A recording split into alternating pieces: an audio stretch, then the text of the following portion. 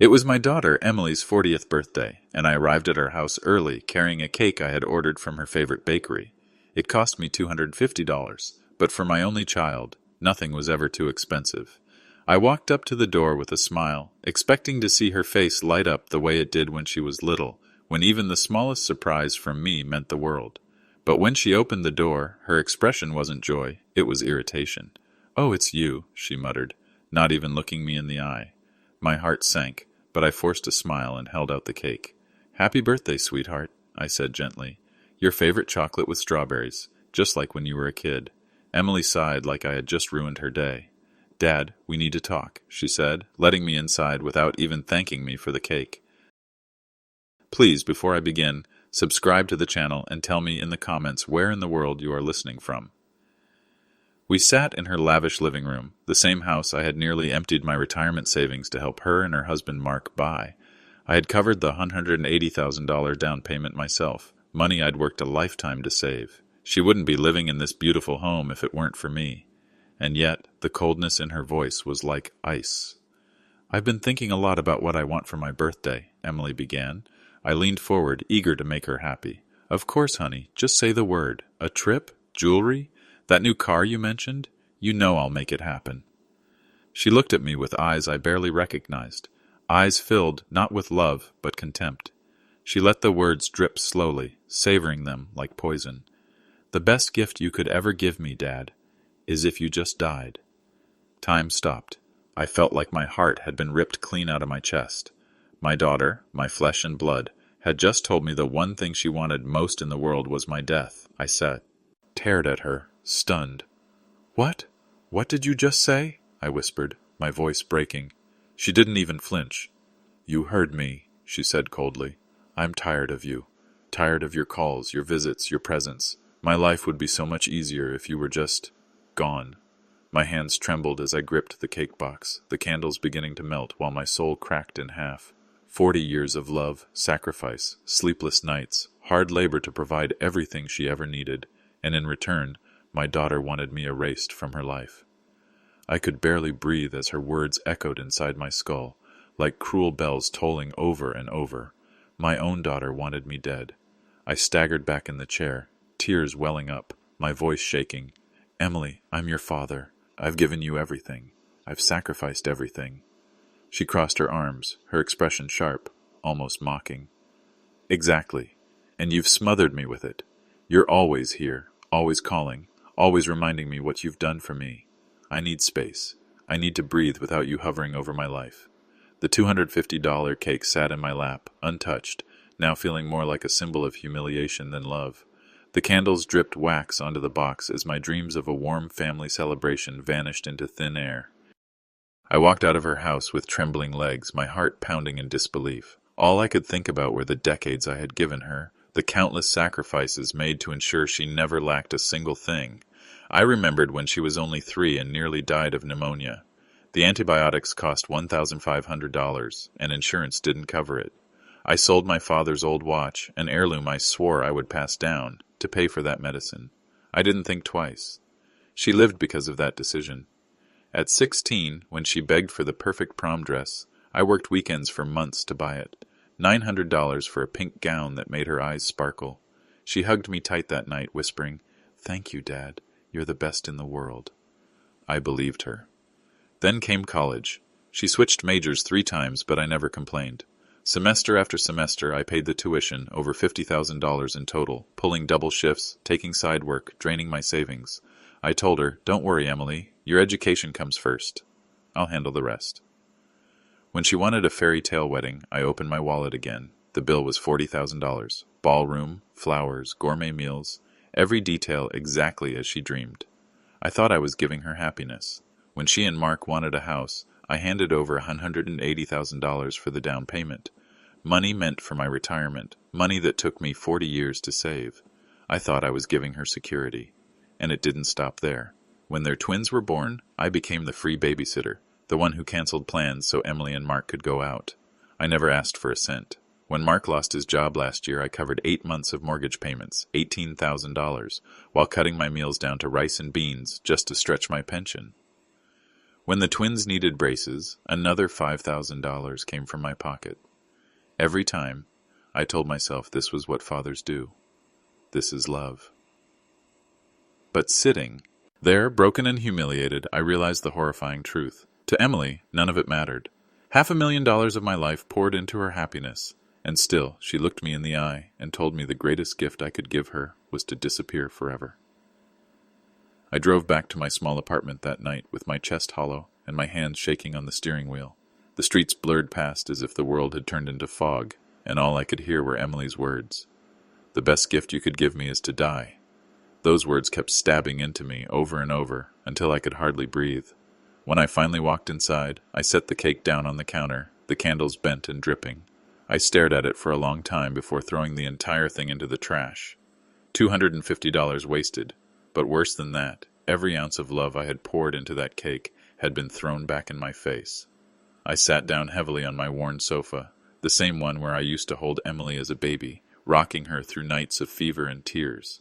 I remembered reading her bedtime stories, watching her smile with innocent joy, and I wondered how the sweet little girl I once cradled had turned into the woman who now despised me. My chest tightened until I could barely breathe. I couldn't stop the memories from rushing back, memories of sacrifices I had made for her, sacrifices I had thought would bind us together for life. I went to my desk and opened the drawer where I kept boxes of receipts, documents, and proof of every dollar I had spent on Emily and her family. I had kept them not out of suspicion, but out of pride. They were my trophies, reminders that I had been a good father who provided everything. But as I started to go through them, my pride began to rot into something else. I picked up a notebook and began to add the numbers. Raising Emily, about $200,000. College tuition, $50,000. Her wedding, $40,000. The down payment on the house, $180,000. Mortgage payments when Mark was unemployed, $18,000. The twins' braces, $5,000. Gifts and holidays over the years, at least $15,000 more. The total stared back at me like a cruel joke, over $500,000. And when I added what that money could have become if I had invested it instead of spending it, nearly $700,000 with interest, I felt my stomach twist. I could have lived in comfort, traveled the world, retired in peace. Instead, I was here, counting pennies, eating cheap meals, while my own daughter told me I was nothing but a burden. I sat back, the notebook trembling in my hands. The tears that had been streaming down my face began to dry. A different fire began to rise in me, a fire I hadn't felt in decades. By 3 a.m, sadness had transformed into anger into clarity. If my daughter wanted me gone, then fine, I would vanish. But before I disappeared, she would finally understand the cost of everything I had given her. The next morning I woke up with a strange sense of calm, the kind of calm that only comes when a decision has already been made deep inside you. I shaved, put on a clean shirt, and walked out of my apartment with the steady purpose I hadn't felt in years. My first stop was the bank where I had opened a joint account with Emily for emergencies on her house. Years ago, I had deposited $25,000 there, thinking it would be a lifeline for her and Mark if something unexpected happened. It was money I thought of as security for their family. Now, it felt like chains binding me to their problems. "Good morning, Mr. Harris," the bank manager said warmly. He had known me for years. "What can I do for you today?" I smiled, though the smile wasn't kindness, it was steel. "I want to close joint account number 472861, I told him. His eyebrows rose. "Are you sure, sir? That account holds a balance of $25,000. "I'm completely sure," I replied. He hesitated only a moment before sliding the papers toward me. I signed with a hand that didn't shake. Not this time. Watching the money transfer back into my personal account filled me with a satisfaction I hadn't felt in decades. It was the first brick in the wall I was building between myself and my ungrateful daughter. My second stop was the mortgage loan office. A year earlier, when Mark lost his job, Emily had begged me to co-sign their mortgage. I had agreed because I couldn't bear the thought of them losing their home.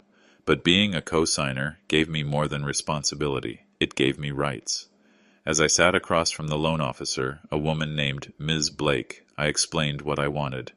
"I need to review the mortgage contract where I appear as co-signer."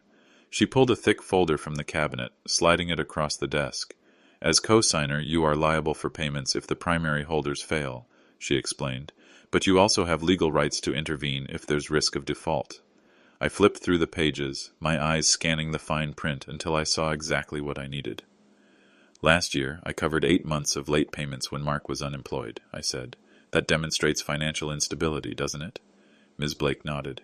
Yes, sir, it's sufficient evidence. I leaned back in the chair, a slow smile forming on my face. Emily thought her words would destroy me, but what she had really done was unlock something inside me. She had given me the will to use every weapon I had, unknowingly placed in her hands. As I left the bank, the sun seemed brighter, the air fresher. Emily had no idea what storm was now building over her head. For decades I had been her savior, her safety net. Now I was about to become the very force that unraveled everything she had taken for granted. That afternoon, I walked into the office of my lawyer, Mr. Clark, a man in his 70s who had been both my advisor and my friend for decades. He had known my late wife, had watched Emily grow up, and had seen every sacrifice I made over the years. Richard, he greeted warmly, rising from his chair. It's been a long time. What brings you in today? I sat down across from him, my voice low but firm. I need to change everything, Clark. My will, my insurance, my beneficiaries, everything. His eyes narrowed slightly as he studied my face. Has something happened with Emily? I told him. I told him about her birthday, about the $250 cake now rotting in the trash, about the words she had spoken without hesitation. The best gift you can give me is if you just died. As I spoke, Clark's expression hardened, the sympathy in his eyes turning to quiet anger. When I finished, he leaned back in his chair and let out a heavy sigh. Richard, I'm truly sorry. I've known Emily since she was a little girl. I never thought she'd be capable of such cruelty.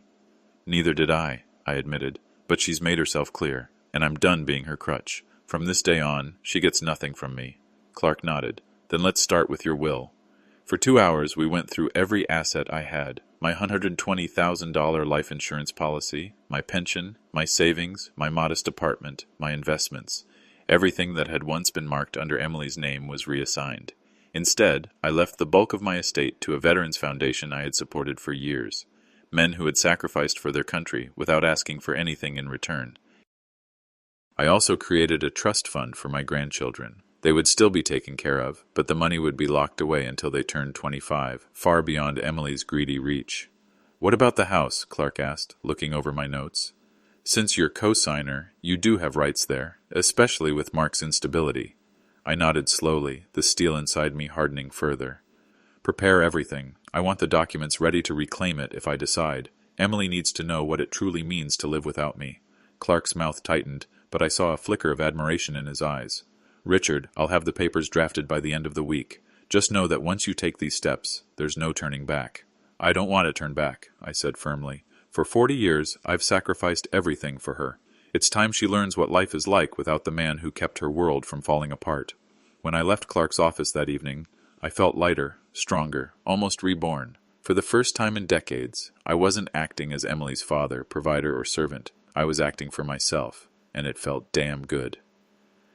2 days later, the phone rang late in the evening. It was Emily. For a split second, a tiny part of me hoped maybe she was calling to apologize, to take back those words that had cut me in half. But hope is a cruel thing. Her tone was cold, transactional. Dad, I need a favor, she said flatly, not even bothering with a hello. I gripped the receiver, my jaw tightening. What is it? I asked. The twins have a presentation at school on Friday night. Mark and I have a work dinner. Can you watch them? My lips curled into a bitter smile. The same daughter who had wished for my death was now asking me to babysit her children as if nothing had happened. I can't, I said simply. Silence filled the line. Then her indignant voice snapped back. What do you... You mean you can't? You always watch them. I have other plans, I lied calmly. Other plans? She scoffed. What plans could you possibly have? You're 72, Dad. Don't play games. You've got nothing going on. I closed my eyes, steadying my voice. My plans are none of your business. You'll have to find someone else. Her tone turned sharp, like knives through the phone. So now you're going to punish me? After everything I've done for you? I couldn't help the hollow laugh that slipped out. Punish you? Emily, you already punished me when you told me the best gift I could give you was my death. You wanted me gone. Consider this the beginning. There was a pause, then a sarcastic laugh from her end. You're being ridiculous. Fine, be that way. But don't come crying to me when you're lonely. And with that, she hung up. I set the phone down, my heart strangely calm. Her words didn't wound me anymore. They only confirmed I was right to cut her out of my life. The next morning, I walked into the bank again, this time for myself. I withdrew $35,000 in cash, money I had worked for decades to save, money I would now use to start a new life. I slipped the envelope into my safe at home and felt a surge of excitement, something I hadn't felt since I was a young man planning his future. That afternoon, I called a travel agency specializing in retirement relocations. A week later, I had booked a package to Switzerland, a fresh start, with the initial cost of $6,000. The woman on the phone confirmed my flight to Zurich for the following Tuesday. That night, I went next door to see Robert, my 70-year-old neighbor and confidant. He had been like a brother to me ever since my wife passed. I told him everything. Emily's words, my plans, the new will. He listened in silence, then nodded slowly. "If you need me, Richard, I'm here. What do you want me to do?" I smiled for the first time in days. "Help me vanish, Robert. Help me give Emily exactly what she wished for." The following evening, I sat at my desk with a pen and a heavy heart. Before me was a stack of papers, receipts, bank statements, legal documents, every record of the sacrifices I had made for Emily. I began to write. The words poured out of me as if they had been waiting decades to escape. "My dear Emily," I wrote, "you once told me that the best gift I could give you was to disappear. Tonight, I am granting your wish." I described everything I had done for her, every dollar spent, every opportunity sacrificed. I listed the tuition payments, the wedding costs, the down payment on her house, the mortgage I had covered when Mark was unemployed. I explained that I had closed our joint account, reclaimed the rights to her home, and rewritten my will. I wrote not with bitterness, but with precision, making sure she understood the weight of everything she had lost by pushing me away. It wasn't a letter of vengeance. It was a letter of truth. 20 pages of carefully chosen words that documented a lifetime of love turned into disappointment. I wanted her to see it all laid bare, to realize the price of her cruelty. When she finished reading, she would know exactly what it meant to live without me, not just emotionally, but financially, socially, and legally.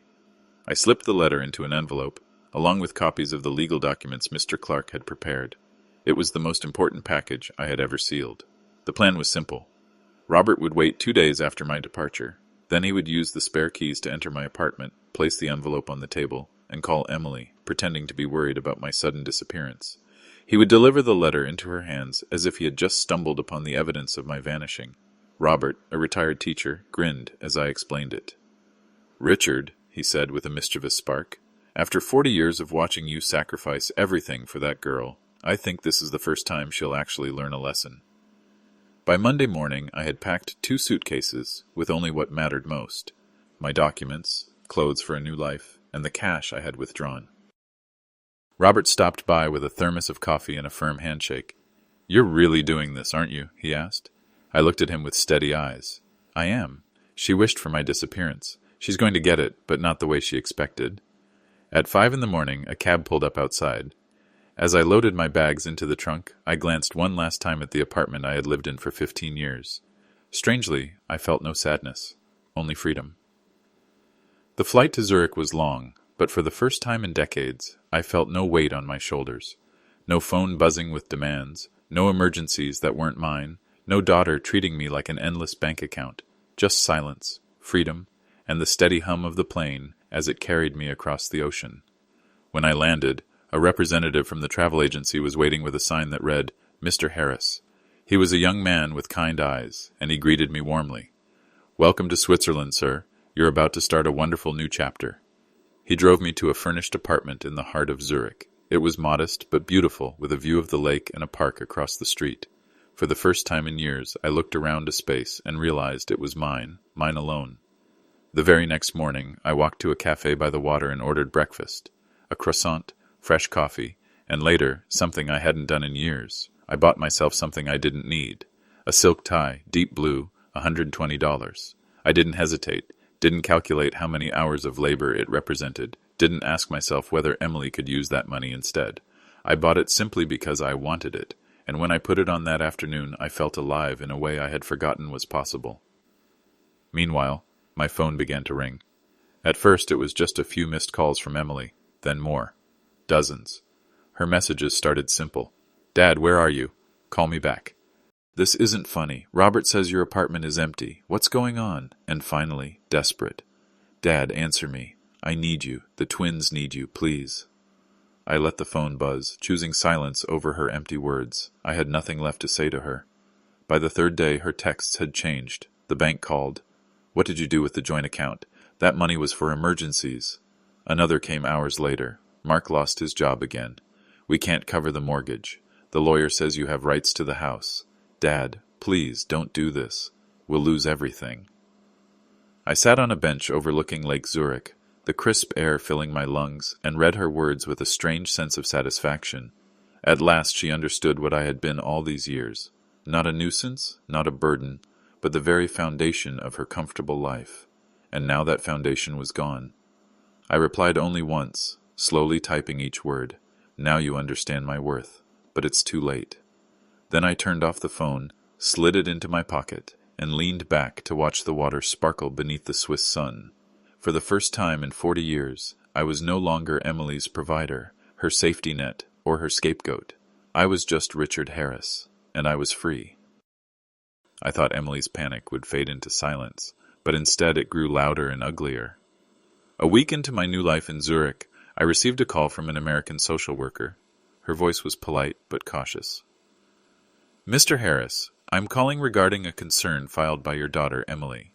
She alleges that you may be suffering from dementia and that you've been making irrational financial and life decisions that put you at risk. For a moment, I was too stunned to reply. My own daughter had gone so far as to claim I was mentally unfit, just to regain control over my money. Rage surged in my chest. Let me assure you, I said, steady but firm, my mind is as sharp as ever. I chose to leave, and I am living comfortably by my own decision. The woman explained that protocol required me to undergo a medical and psychological evaluation through the U.S. consulate in Zurich. I agreed without hesitation. If Emily wanted a war, she had just handed me the weapon. 2 days later, I sat in a quiet office at the consulate, undergoing hours of questions, memory tests, and cognitive evaluations from an American doctor with 30 years of experience. When he finished, he set down his pen and looked me directly in the eyes. Mr. Harris, he said, not only are you in perfect mental health, but I'd say you're making some of the clearest, bravest decisions I've ever seen a man your age make. Your daughter is clearly attempting to manipulate the system. Relief and vindication washed over me. His report went directly to social services, officially documenting that Emily's accusations were baseless. The next call I made was to Mr. Clark. His voice carried a sharp edge as soon as he answered. Richard, I've been expecting you. Emily's new lawyer has already tried to challenge your will changes, claiming you weren't of sound mind. I clenched my fist. Then let's make this official. File a defamation suit against her. I want it on record that she lied about my health to claw back what was never hers. Clark chuckled darkly. I thought you might say that. Don't worry, I'll take care of it. She's about to learn what happens when you push a good man too far. That night, I poured myself a glass of Swiss wine and toasted the empty air. My own daughter had tried to erase my credibility, to paint me as senile and helpless. Instead, she had only proven how desperate and cruel she truly was. She had underestimated me for the last time. As I looked out over the lights of Zurich shimmering on the water, I whispered to myself, You wanted me gone, Emily. Now you're going to know what that really means. Weeks passed, and for the first time in decades, I lived without the constant drain of Emily's demands. Each morning I walked by the lake, took German lessons with other retirees, and even joined a local hiking group. But something inside me told me my story couldn't just stay hidden. I had spent a lifetime in silence, swallowing humiliation in the name of love.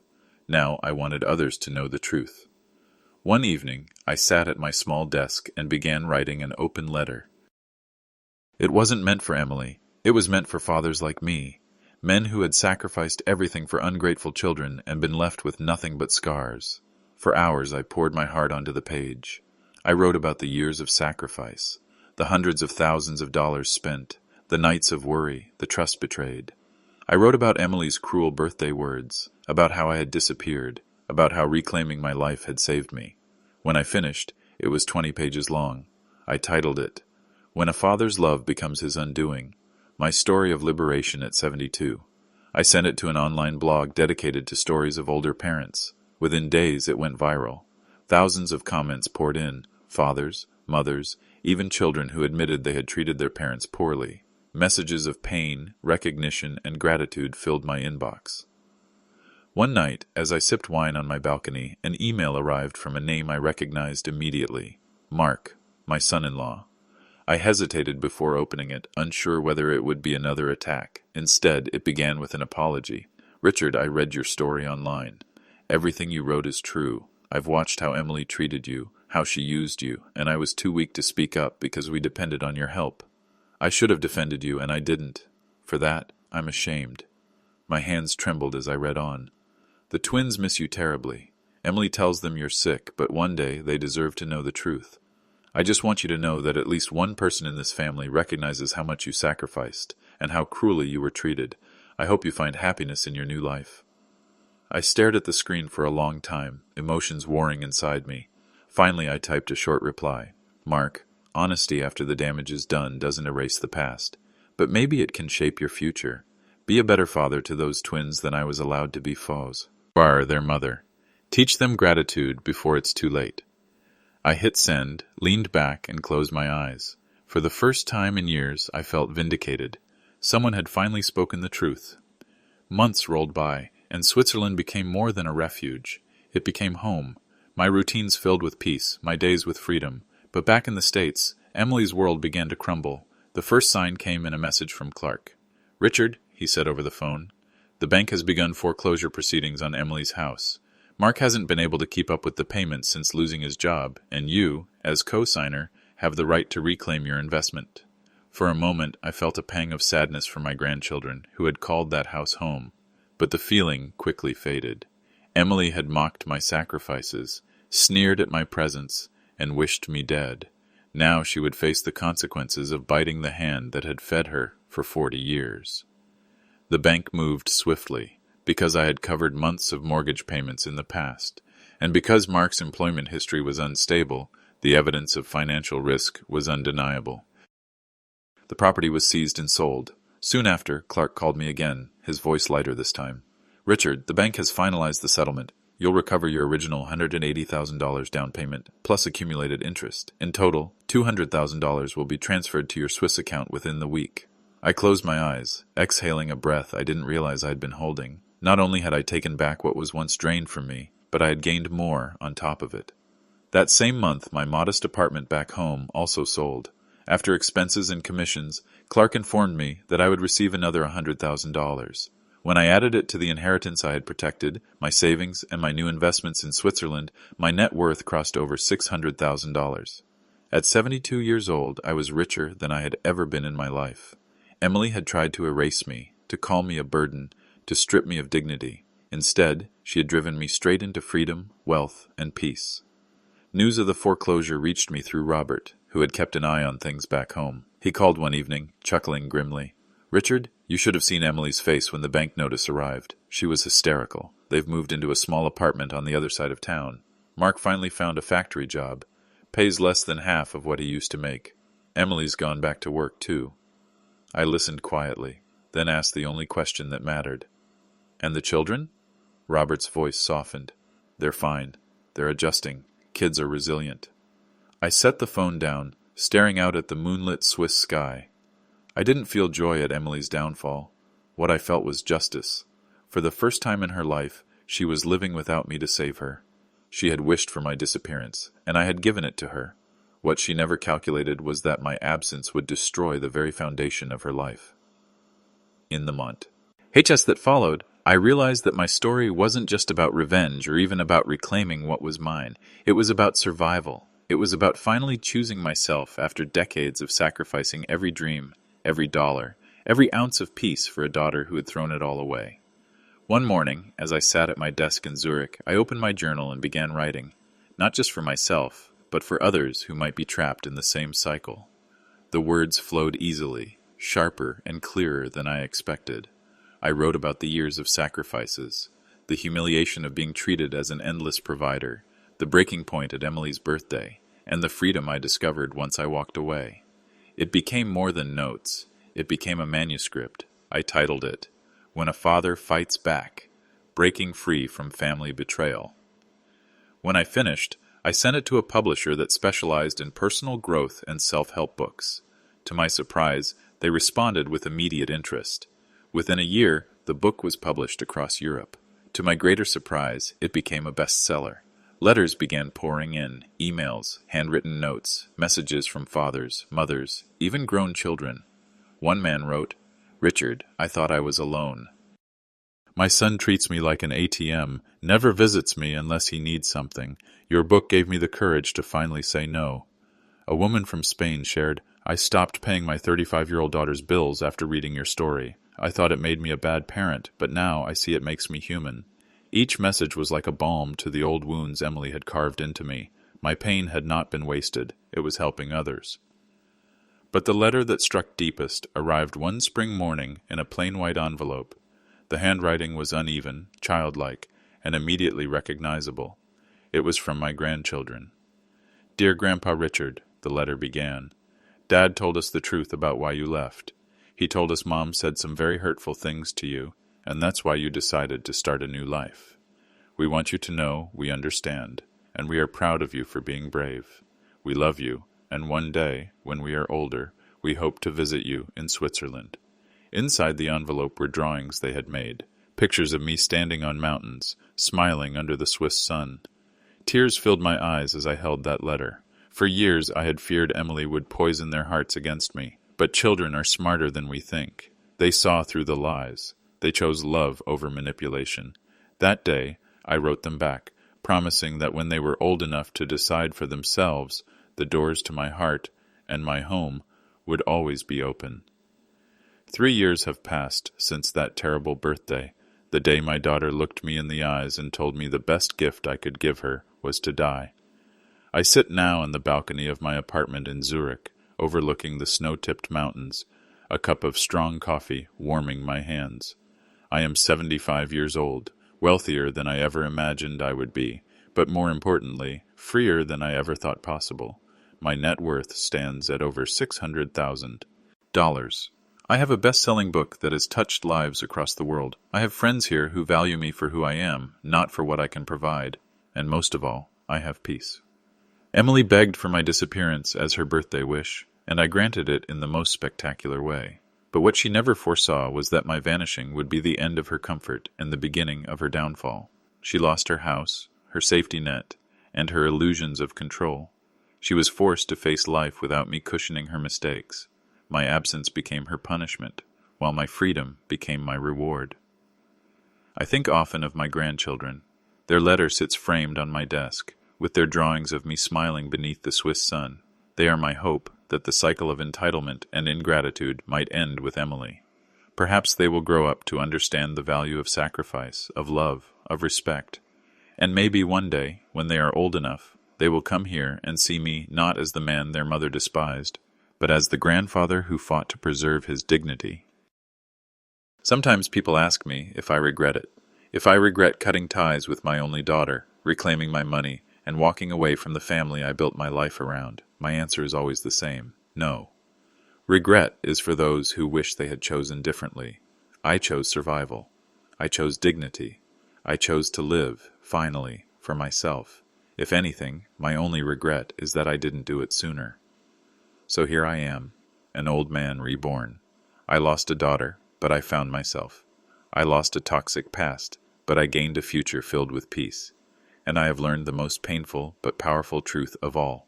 Sometimes the greatest act of love is not to give endlessly, but to walk away and save yourself. Thank you for listening to my story. If it touched you, share it with someone who needs to hear it, and don't forget to subscribe so you never miss more stories like this.